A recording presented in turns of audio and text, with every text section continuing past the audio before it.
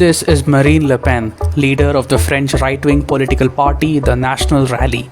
The National Rally suffered a shocking loss in the French parliamentary elections that were held recently.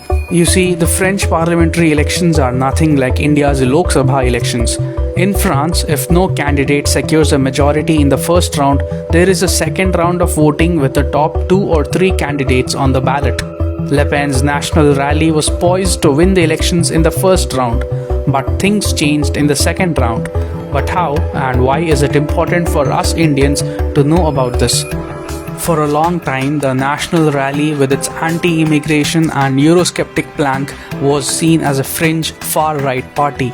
But as the party became more mainstream in the recent years, it was seen as a threat by other political parties in France, President Emmanuel Macron's centrist party and the left-wing coalition, the New Popular Front.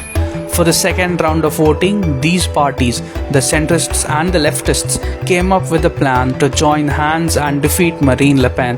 To prevent splitting of votes, the centrists and leftists withdrew some of their candidates so as to consolidate their votes and beat the National Rally. This tactical alliance worked, and Marine Le Pen's National Rally was soundly defeated, with the leftist coalition gaining the most seats in the elections.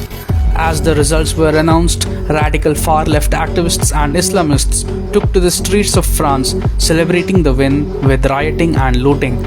In some celebrations on the streets, even Palestinian flags were waved, signifying how liberal government policies, combined with rapid demographic change in the country, have transformed France's politics and its society forever. So what lessons does this have for India? The tactical alliance of the centrist and leftist parties to defeat the right-wing National Rally is eerily similar to how the Congress came together with other regional parties in the opposition in the Lok Sabha elections, except that the Congress and its allies failed. What is happening in France now shows how India avoided a catastrophe thanks to the BJP winning the most seats and the BJP-led NDA forming the government. The riots engineered by the far left is a trailer of what is to happen in France. Remember that even Rahul Gandhi had threatened that if the BJP won match-fixed elections, the country would burn. मैं सच बोलता हूं और मेरी बात आप अच्छी तरह सुन लो। अगर हिंदुस्तान में मैच फिक्सिंग का चुनाव बीजेपी जीते और उसके बाद संविधान को उन्होंने बदला, तो इस पूरे देश में आग लगने जा रही है। जो मैंने कहा याद रखो, ये देश नहीं बचेगा।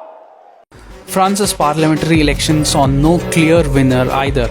No party or coalition won enough seats to claim an absolute majority in France's National Assembly, and there is no clarity on who the Prime Minister will be. A similar political crisis would have happened in India if the Congress-led INDI alliance had won.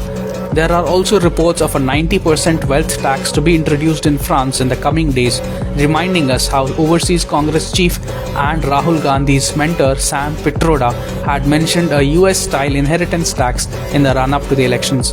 Riots, a weak and unstable government, higher taxes, India escaped all this and more because PM Modi won the elections. This is what we Indians must learn from the mistakes of the French people.